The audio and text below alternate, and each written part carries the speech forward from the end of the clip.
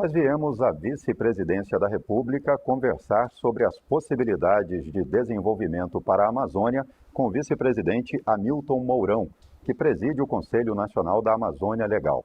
Vice-presidente, obrigado por nos receber aqui. Satisfação enorme poder conversar com vocês da Rede Amazônica e poder me dirigir particularmente às minhas amigas e amigos de toda a nossa região da Amazônia.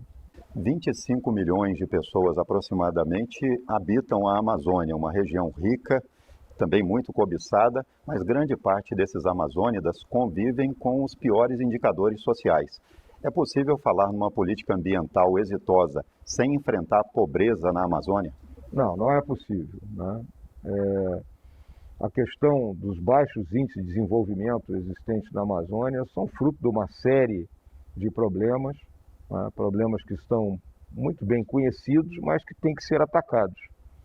O nosso governo, né, sob a égide aí do presidente Bolsonaro, ele tem isso muito claro e sabe que tem que buscar uma série de medidas que permitam que ocorra um desenvolvimento em toda a região da Amazônia, de modo que aquelas pessoas que vivem naquilo que nós chamamos a Amazônia profunda tenham emprego, tenham renda, explorando de forma correta as riquezas da biodiversidade da floresta e não precisando derrubar nenhuma árvore para garantir o seu sustento. Agora, falando sobre a Zona Franca de Manaus, a gente sabe que tem muitas ameaças externas, né? Tem o Paraguai, tem a China, tem a reforma tributária que deverá mexer em alíquotas e na forma de cobrança dos impostos. Como é que o senhor acha que a Zona Franca de Manaus, que tem os incentivos garantidos até 2073, deve enfrentar esse momento? A Zona Franca tem que buscar a modernidade, né? Na realidade, ela veio se modernizando ao longo dos tempos, ela veio adaptando o seu modelo. Vamos lembrar que ela iniciou com um mero modelo vamos dizer assim, de local de compras de produtos importados. Depois que o presidente Collor fez aquela primeira abertura comercial, houve o salto para a questão industrial.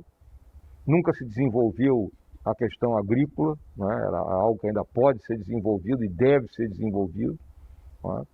E a Zona Franca ela tem que, então, agora se preparar para entrar na economia do conhecimento, na era da indústria 4.0.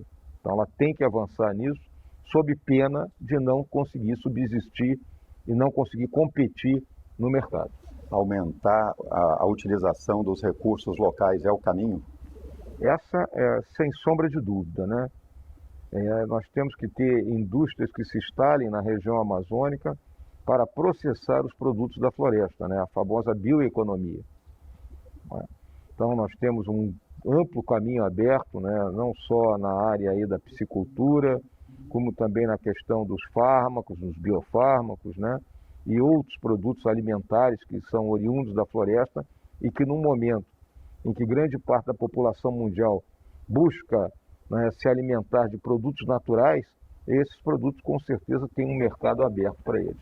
Ainda sobre isso, recentemente o senhor falou que pretende pegar recursos oriundos de taxas arrecadadas das indústrias na Zona Franca para impulsionar as pesquisas no Centro de Biotecnologia da Amazônia.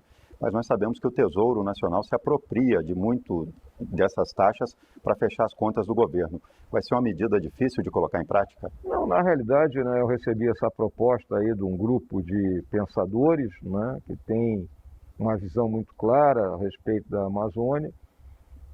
As taxas já são cobradas, então, por exemplo, as indústrias de informática elas têm uma taxa aí de 5% que é cobrada para pesquisa e desenvolvimento.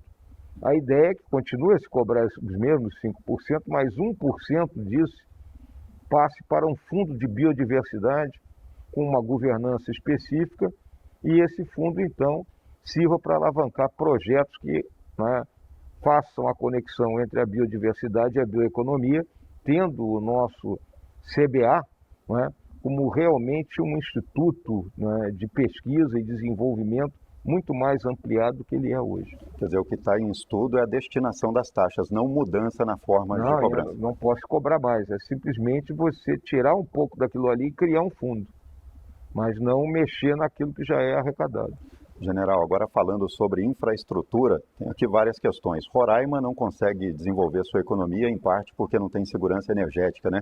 Linhão de Tucuruí que tem um entrave. Manaus não tem a BR-319 ainda.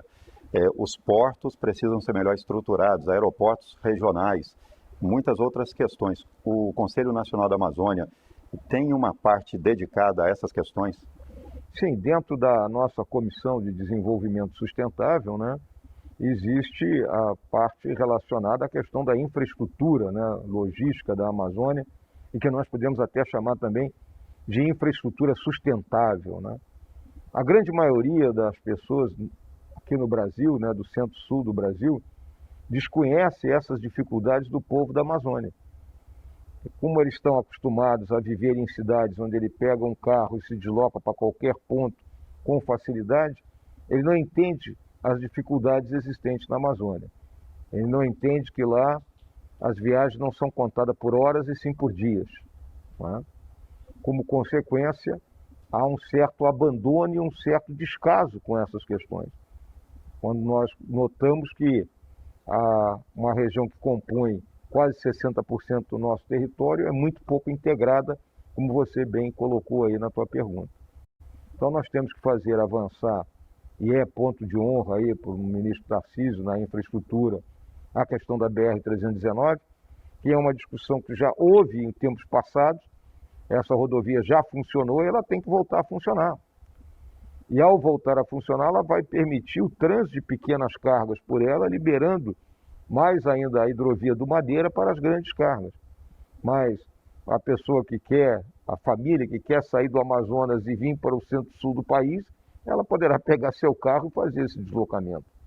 E a questão de Roraima é fundamental desde o ano passado, né? Nós estamos nessa luta para que o Linhão de Tucuruí finalmente passe ali pela terra indígena Vaimiri-Troari. Estamos aguardando os últimos acertos dessa questão, porque realmente, né, o estado de Roraima hoje ele gasta uma fortuna em termos de termoelétrica, porque antes ele era abastecido pela Venezuela com os problemas existentes, uma energia altamente poluidora, porque queima petróleo, quando a gente pode trazer a energia limpa da hidrelétrica de Tucuruí, né, e abastecer o estado de Roraima. Então e temos outras questões, né, que eu também quero destacar. Os nossos portos nas cidades do interior são verdadeiras, né, armadilhas, vamos colocar assim. Então precisamos ter uma rede de portos para que a produção do interior escoe de forma organizada, melhorar os nossos aeroportos também, e com isso a gente terá uma melhor integração da Amazônia com o restante do país e com o mundo. Isso tudo se conecta com aquela ideia da Zona Franca se diversificar, né? A Zona Franca, exatamente, tocando naquela questão anterior, a Zona Franca agora ela tem que abrir a mente. O nosso pessoal na Amazônia, eles têm que entender que nós estamos saindo de um modo de produção, que é o modo de produção em massa, para a economia do conhecimento, que é um modo que requer uma constante inovação, uma constante pesquisa, desenvolvimento e extenso uso de tecnologia. E aí requer uma mão de obra qualificada. Então entra outra questão da educação, que nós temos que investir muito na Amazônia nesse quesito. Indo agora para a regularização fundiária, quando é que o governo pretende iniciar a regularização dos imóveis rurais de até 4 módulos fiscais e qual o potencial disso para combater o desmatamento? Eu tenho dito seguidamente, né, assim como a ministra Tereza Cristina, né, e o próprio ministro Ricardo Salles do Meio Ambiente, que a questão do combate ao desmatamento ilegal e à queimada ilegal, ela só será definitivamente vencida a partir do momento que nós deixarmos de executar pura e simplesmente a repressão e dermos condições para pessoas que estão assentadas na Amazônia há quase 50 anos possam ter uma produtividade maior. E para isso as pessoas precisam ter o título da terra. Hoje, nós podemos dizer que as propriedades até 4 módulos fiscais constituem em torno de 85%, 86% das propriedades existentes na Amazônia. Então, a ministra Tereza Cristina está com o planejamento quase pronto para nós iniciarmos esse processo. Ele não é um processo simples, né? Ele tem que utilizar os dados da base, né, da nossa base cartográfica, a questão do sensoriamento remoto, o CAR. Então, tem uma combinação de todos esses dados para que a gente possa fazer essa titulação. Agora, falando de integração, o senhor tem buscado contatos e parcerias com os outros países amazônicos para resolver os problemas da região? Na nossa primeira reunião, né, do Conselho Nacional da Amazônia Legal, ficou decidido que faríamos todos os esforços no sentido de reavivar a organização do Tratado de Cooperação Amazônica, né? É a única organização multilateral que tem sede no Brasil, né? Ela tem sede aqui em Brasília, abrange todos os nossos vizinhos ali da Amazônia, mas estava meio submersa. Então, de lá para cá, nós temos conseguido colocar a OTCA novamente no foco. O Ministério das Relações Exteriores decidiu que a comissão da OTCA faça parte também do Conselho Nacional da Amazônia Legal. Já empreendi diálogo com a nossa secretária-geral, que é uma diplomata boliviana, a Maria Alejandra. Tivemos reunião aqui nessa mesma sala onde você está. Ontem participamos de um debate promovido pelo Fórum Econômico Mundial. Então, existem alguns projetos em relação a desmatamento e queimada comuns que a OTCA vai lançar. Portanto, esse trabalho começa a dar frutos. Uma última pergunta, vice-presidente. Recentemente, os países da Europa, 8 deles, assinaram uma carta alertando que poderão suspender a compra de produtos brasileiros por conta de desmatamento. E o senhor, numa das respostas, né, convidou-os a conhecer a Amazônia. Essa viagem já tem data marcada e o que o senhor pretende apresentar para esses representantes? Olha, está marcada essa viagem para o final do mês de outubro, início de novembro, né? O nosso pessoal aqui da minha assessoria, junto com o Ministério de Relações Exteriores, estão organizando isso. A nossa ideia é levá-los à Amazônia Ocidental e ali que eles conheçam, né, a parcela da Amazônia urbana, né, e a Amazônia Profunda. Pretendemos levá-lo lá no noroeste do Amazonas, lá na região da Cabeça do Cachorro, para eles voarem, por exemplo, de Manaus até São Gabriel da Cachoeira e ver que em 2 horas de voo só vão ver floresta, e lá também conhecerem a integração da população indígena com a população urbana de São Gabriel, a participação do indígena nas Forças Armadas. Pretendo levá-los a um pelotão especial de fronteira lá em Maturacá, né? E com isso eu acho que eles terão uma visão bem melhor da realidade da Amazônia. Muito obrigado. Eu que agradeço.